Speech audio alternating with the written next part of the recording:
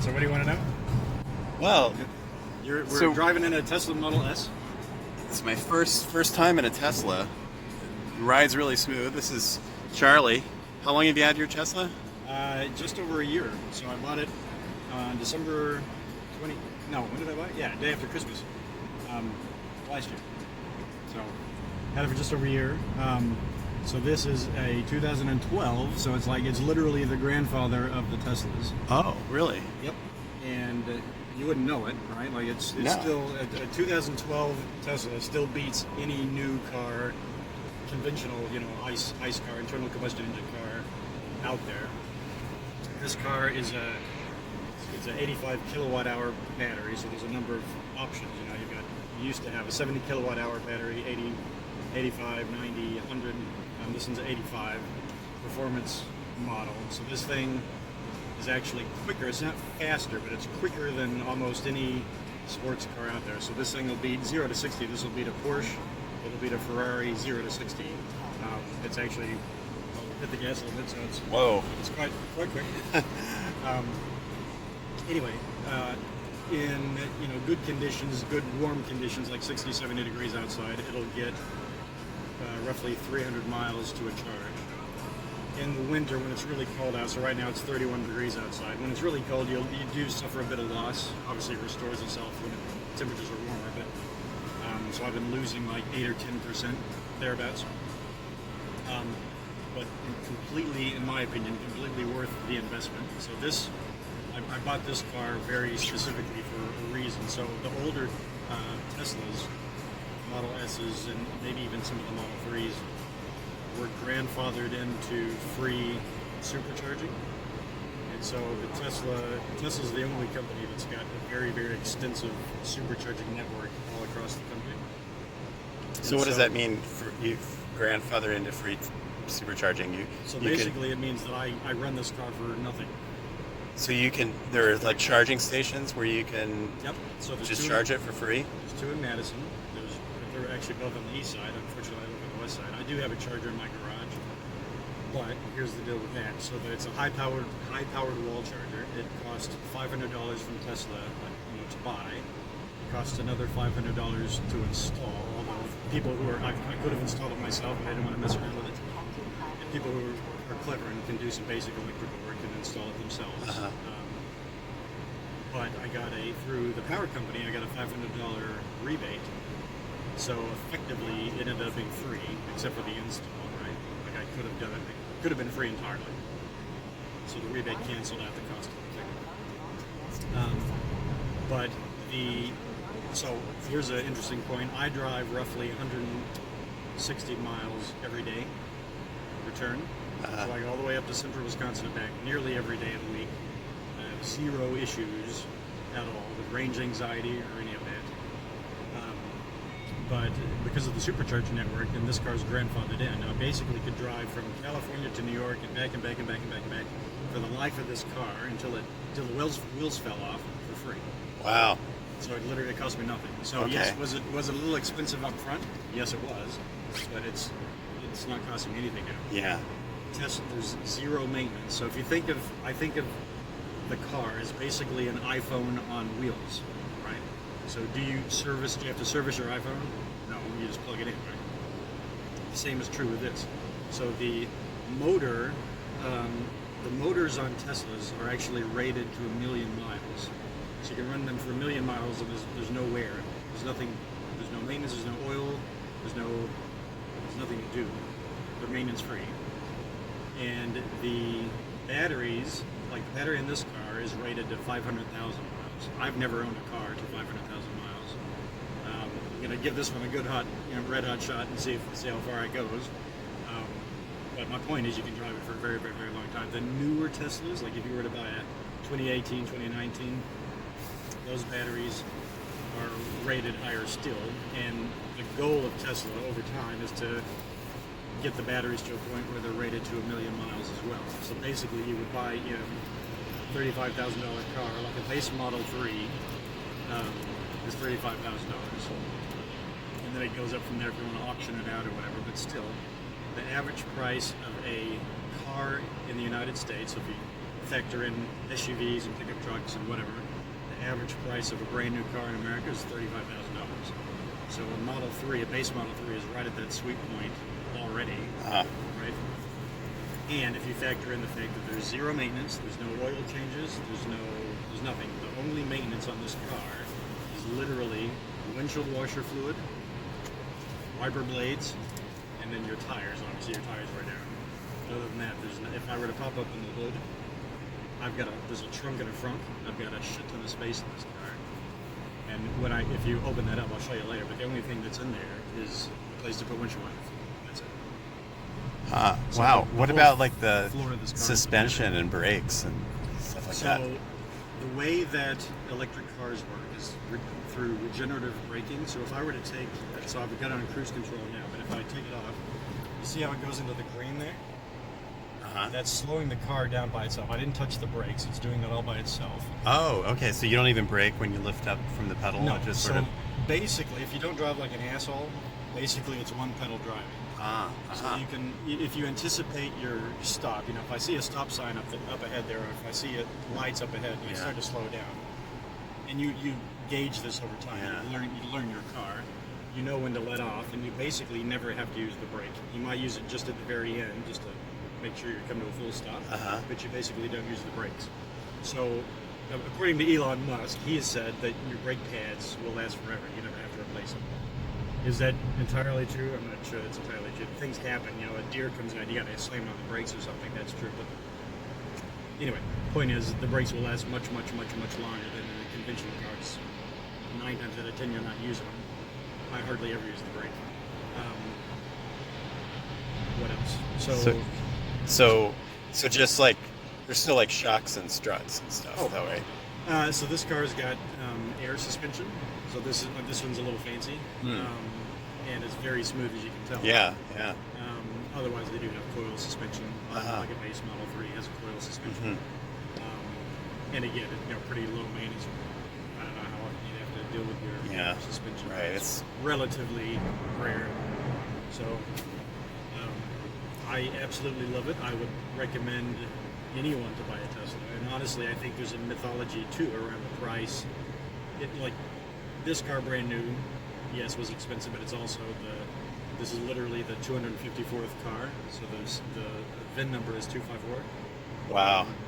This is a signature series. So it was one of the first production cars, allegedly hand inspected by Elon. I don't know if it's true, but I care. Anyway, off the brand new, this thing was $100,000, but I paid a tiny fraction of that. I would recommend anyone look at a used Tesla, like a used Model S. And even if it has high miles, I wouldn't let that be off-putting to you because, like I said, the motors are rated to 1 million miles and the batteries are rated to 500,000 miles. So even if you pick up a used Tesla at 100,000 miles, you've still got a ton of life left in it. And you're probably not going to you're probably going to want a new car by then. Probably the interior is going to wear out before the motor or the batteries do. And so you can pick up, if you look nowadays for an older Model S, which is this car, like a 2012, 13, you're looking at mid-20s, 20,000, maybe high 20s, depending on how it's optioned out, But very nice, and like I said, I highly recommend it. They're also the safest car on the planet. So according to... Why would that be? So they do every car runs through, is it NHTSA? Who does the crash, the crash test dummies and whatever, they test all American-made vehicles, right? Meet safety standards? NTSB.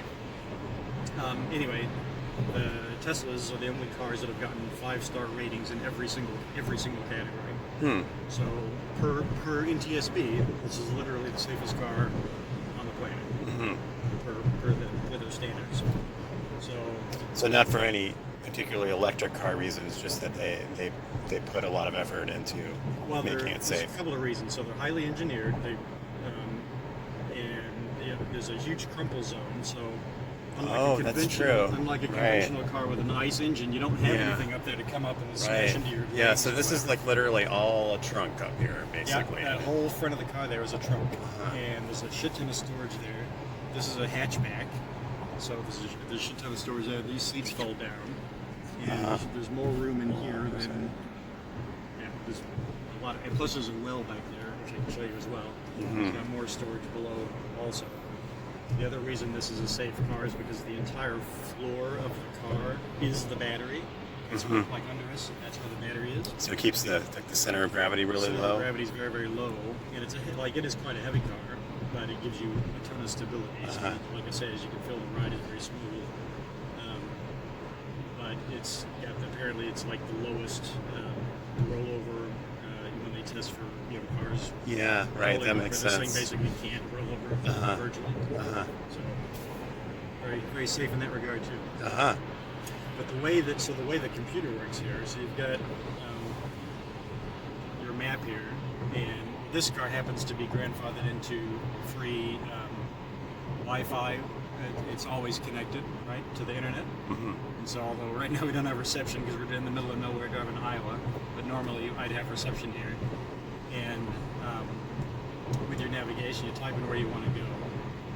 You let the computer do the work. It will map, like even if we wanted to go across the country right now, if I typed in, New York City, it would map it out for us. It would tell us exactly where we need to stop along the way to recharge. So it'll route you to the Tesla superchargers along the way. It'll tell you how much battery you'll have when you get there, how long you need to wait, so how long it'll take to charge the car again, and then plot it out. Again, how much you'll have when you get to the next stop, and the next stop, and the next stop. So you just bang in where you want to go, and you I totally trust the computer. So here's an interesting anecdote. Last summer, we went to the Rocky Mountains for vacation. And it was the first long, I've been to Minneapolis, I've been to Chicago multiple times. Never had any problems whatsoever. But I was a little nervous, how's this gonna go? And because it's out west. Anyway, we put in the destination. We're staying in Winter Park in Colorado. Put it in, mapped it out. All the way there, had zero issues. The nice thing about the supercharger network is they're sort of spaced nicely across the country, and they factor in, how much charge you need, so you're never going to run out. But they're always at nice places, like where there's amenities, there's toilets, there's food, restaurants, and things. And the neat thing is, because I save so much money not spending money on gas, we can have nicer meals, or when we're on vacation, spend it on activities, and if we want to rent a kayak or something and go kayaking, we can do that because we're not spending money on gas. So the charging point just becomes sort of like a time that you plan to have your recreation and breaks during the trip. Well, yes, and the neat thing about it too is you're all like this car.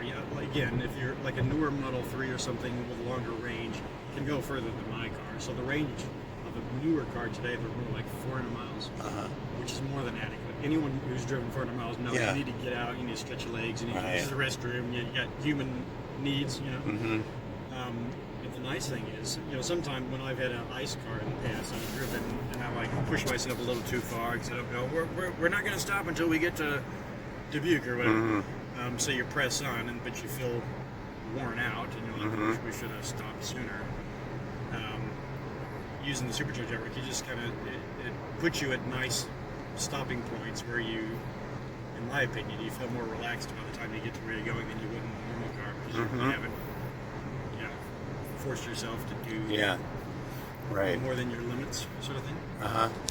But in terms of charging people, the other worry people have is like, well, my God, you're going to be there for hours charging, and it's going to make your trip take 10 times as long. It's not true.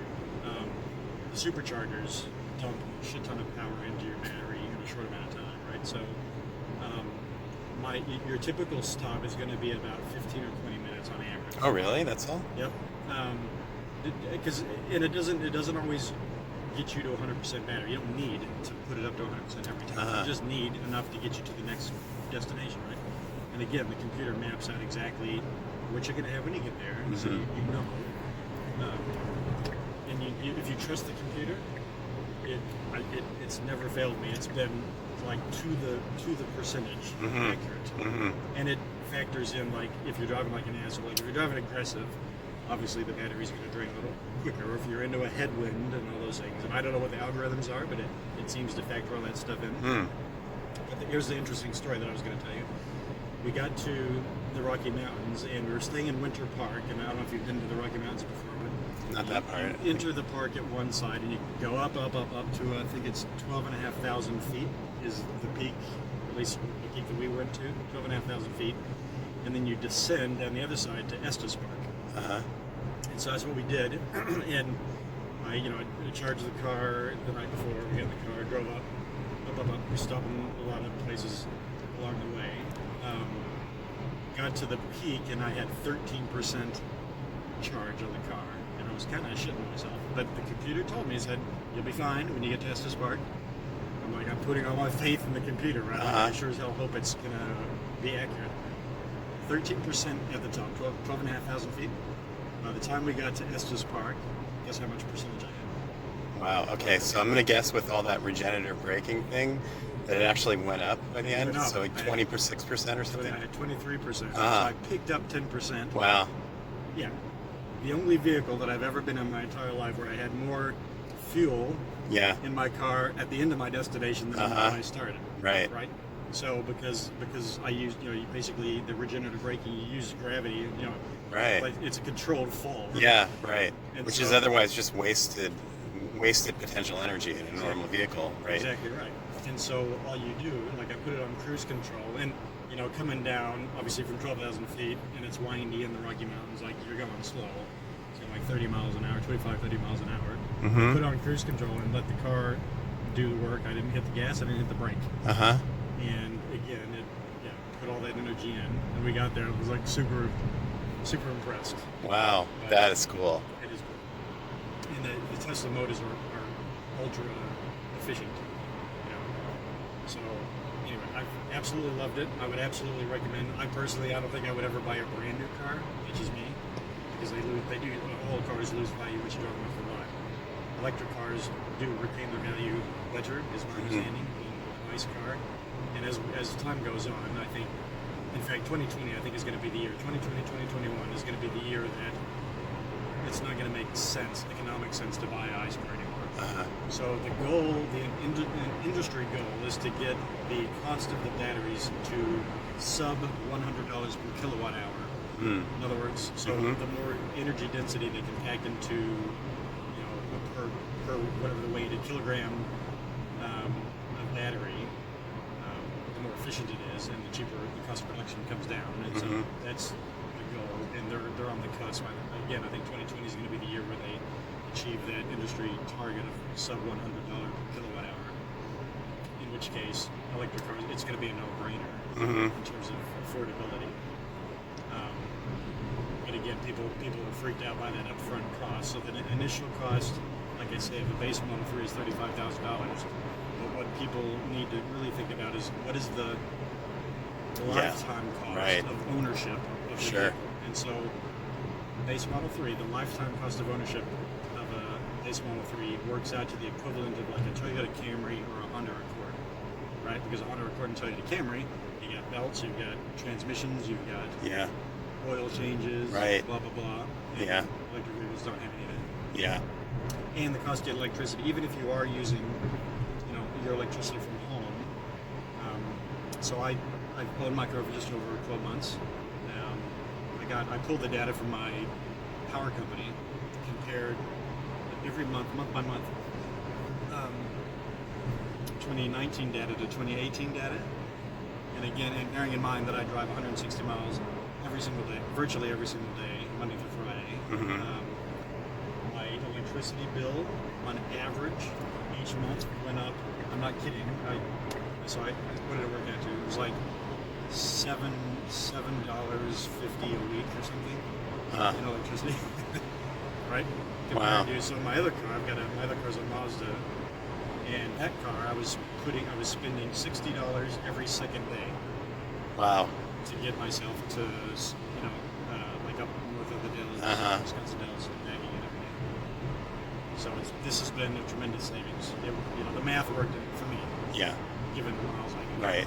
Right. Of course, new buyers are going to have a harder time finding a car that gets them into that legacy free supercharging deal, but that's true, still. but there's still plenty out there. There are. You can definitely find. In fact, I can't remember off the top of my head right as I sit here, but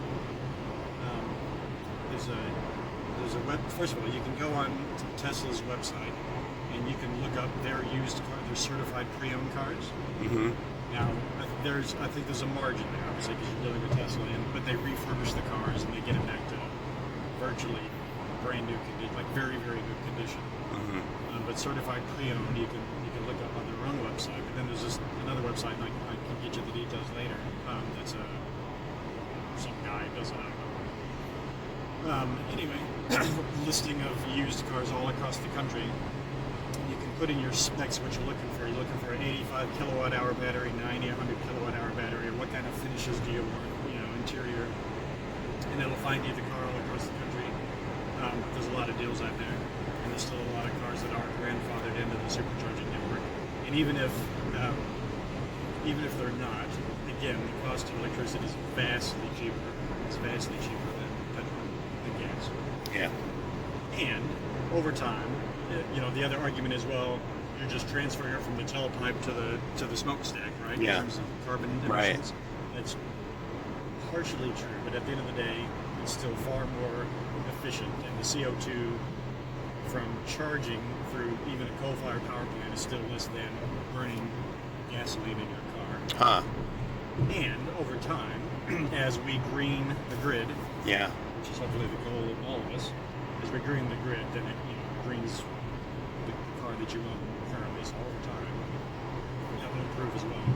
Versus a gas car, which is never going to be any better than it is. In fact, if anything, it's going to get worse over time. Yeah. So. Right. And that's key, though, because that's one of the big arguments against electrification in general, is that you're just moving it from the point of consumption to the point of generation. And I even heard that the coal industry is trying to greenwash themselves by, I've heard about these billboards going up that say electric cars powered by coal. Right. Which there's some ironic truth to it. But you're saying even if the electricity is at the moment still generated by coal or natural gas, that the cars are so much more efficient that you're still ending up with less net greenhouse gas. Less damage. Right. And of course, you're laying the groundwork for an electric infrastructure and it's moving away from the hydrocarbon infrastructure. The other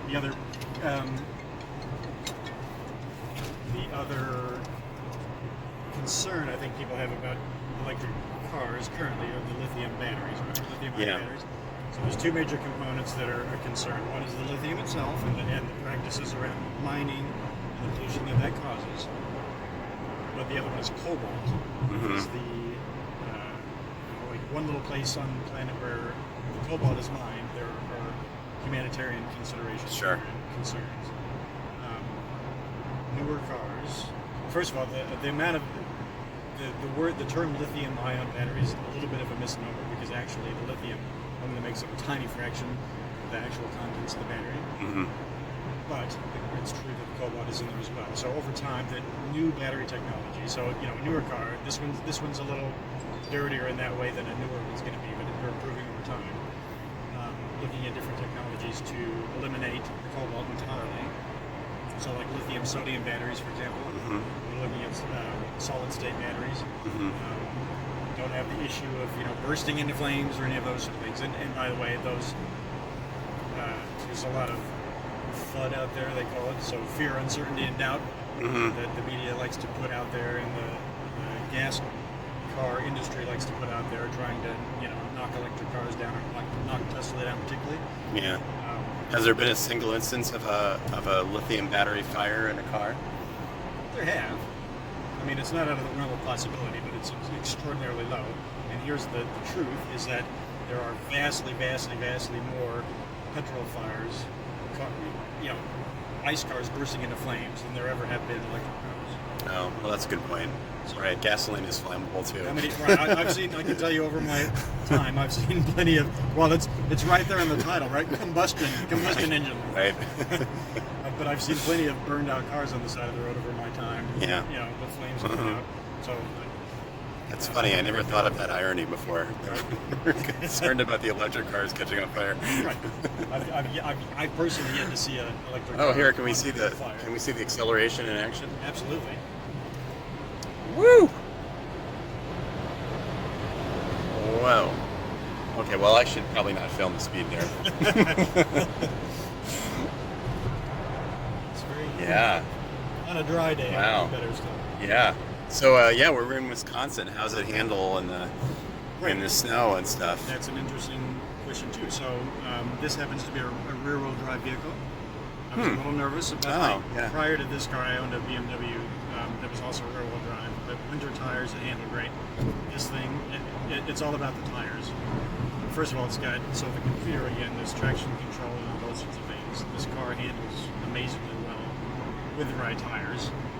I have summer tires as well that come on in the summer, and there's like slicks, and that would be dreadful. That would be dangerous. But this car handles amazingly well. Mm-hmm. I have zero concern driving this out of the winter. So the other thing is there's so much torque. It's one of the reasons why an electric car is so much quicker is that there's no gears, right? So like a normal car, you've got the transmission. It's going from first to second to third and so on. This thing, it's kind of like. I think about it like a combination between an iPhone and a cordless drill, right? So if you have a cordless drill, when you pull the trigger, right, the thing, sucker goes. That's the same is true with this. So as soon as you hit the gas, the sucker goes because there's nothing stopping it. Yeah, right. There's no gears to gear up. It's just a single gear. So anyway, it's super fun to drive. Mm-hmm. Yep. Wow, cool. So, I think I should recommend to my friend Jason that you get one of these. He's not going to be disappointed. Jason, hear me out. So there's actually a referral program as well. If you're interested, if you're sincerely thinking about buying one, current Tesla owners, in fact, interesting is that Tesla doesn't do any advertising. Like you'll never see a commercial on TV for a Tesla. It's all been through word of mouth and through owners recommending it to other potential owners. Anyway, there's a referral program, and I have a referral code. So if you're interested and you found this tutorial or this whatever helpful, if you use my referral code, you'll get free. You won't get lifetime free supercharging, but it's like X amount of thousands of miles or something free supercharging. So you just when you buy the car, you just say here, Charlie referred me. Here's this code, and they'll give you that. And so the way it works, the car is connected in and out all the time. They've got your credit card details. When you go use the supercharger, the screen becomes like the pump on a gas Mauser, but it's all here inside your car, and it'll just tell you, okay, well you charged for whatever, you gained 50% charge or something, and we charged you $3. And anyway, so it just talks your thing. So there you go. Wow, very cool. All right. Well, I think that's enough for now. Thanks, Charlie. No worries. That was, I learned more about Teslas than I have from all the YouTube videos I've watched over the years. Yep.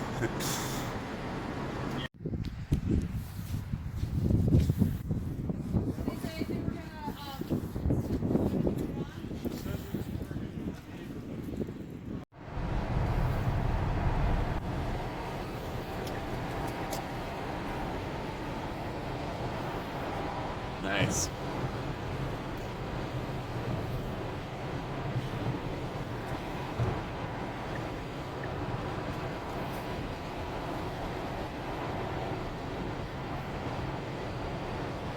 Okay, Iowa, here we go.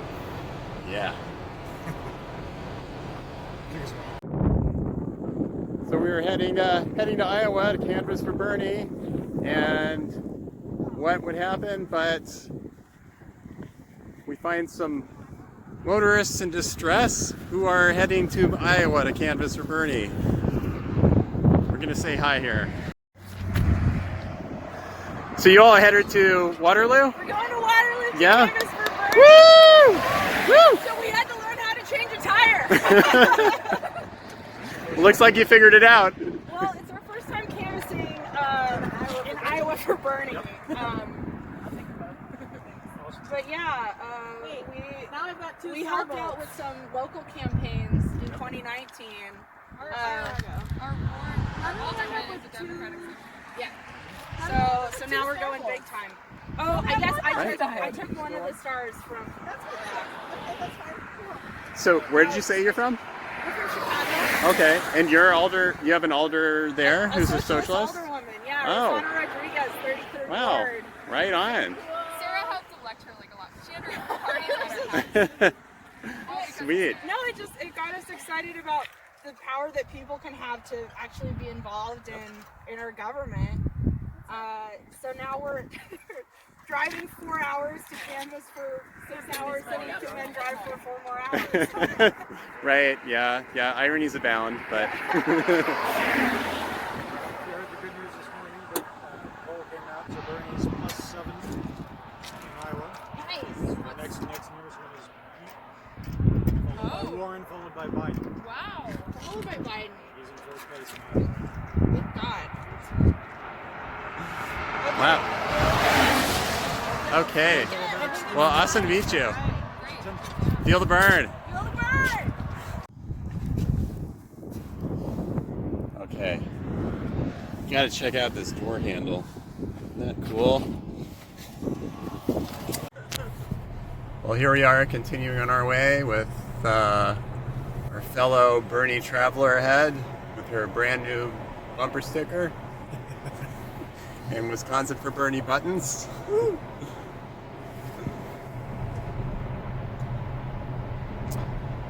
So that's a mishap that could potentially happen even in a Tesla, right? Yeah. You still get a flat tire. Well, actually, these are the tires are run flats, meaning that if you do get a puncture, they'll remain inflated enough to get you to somewhere safe. Of course. Yeah. There is no spare tire on this, so Uh-huh. they're SOL if that's the case. But yeah, that's hence the run flats. Yeah. Yeah, the beer cave is the next exit. Is it? Yes. Ah. Well, Come I on, mean, if take we a have shot to of stop that. for beer, I guess it's 5 o'clock somewhere, right? Yeah, let's hold a fundraiser. So what is the graph line there? So this is your kilowatt usage, and so the more efficient you're driving, that number will drop. And so actually I can pull up some data here as well, so you can see your data over either the last 5 miles or the previous 15 miles or 30 miles, and so you can see how you're trending. Wow, very cool. Yep. And so obviously when you're regenning, like I say, that dips down into the green, so it's putting charge back into the battery again. When it's in orange, then you're obviously using. But if you've got cruise control going and you're doing highway miles, you can obviously that's going to drop much lower. Yeah. That must have been a very mountain-looking graph when you crossed the Rockies. It was. Cool. Okay, so we're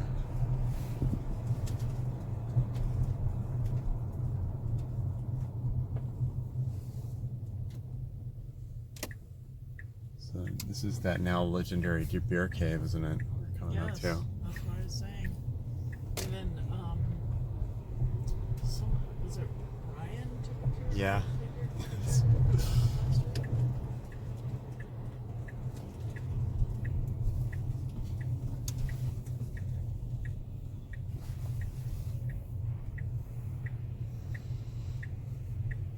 Where was that picture? Was it inside? No, it's outside, but next to the subway sign. Let's see the air anywhere. So do you feel left out now when you have to stop at a gas station? I do not. That is something I do not miss. It's pumping gas, I tell you, or paying for gas for that matter. How many of these places have charging stations? You'd think that they might be moving into that. Like, want to kind of capitalize on that? There are some. And the other thing too is actually in the Teslas don't have to use the Tesla charging supercharging network. Obviously, that would be the primary thing you would want to use because it's proprietary. It charges quicker, and again, usually they're at nice amenities. But there's plenty of other charging places around the country that you can use as well. And so there's an adapter. It's in the glove box. You just slap it on. Do they want to talk to us? Is that why they? I don't know. Anyway, so there's thousands of places across the country you can charge. It's really not an issue. Charging is not a concern. Yeah. Oh. So you can't charge off a regular wall outlet, though, can you? You still can. That's what you're saying, huh? You can, yeah. You can charge off just a normal outlet. It would take a long time. That says air. You'd rather charge off a 220. Yeah, I think that is air, right? They might be going to get a tire gauge. Oh, okay. I'm not sure. Not sure what they're doing.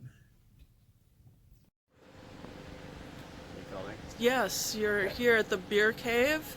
Yeah, and I heard there was a fundraiser, like high ticket fundraiser for Bernie, but we didn't see anybody. So. we'll just have to keep on going to Dubuque, huh? Yeah. Okay.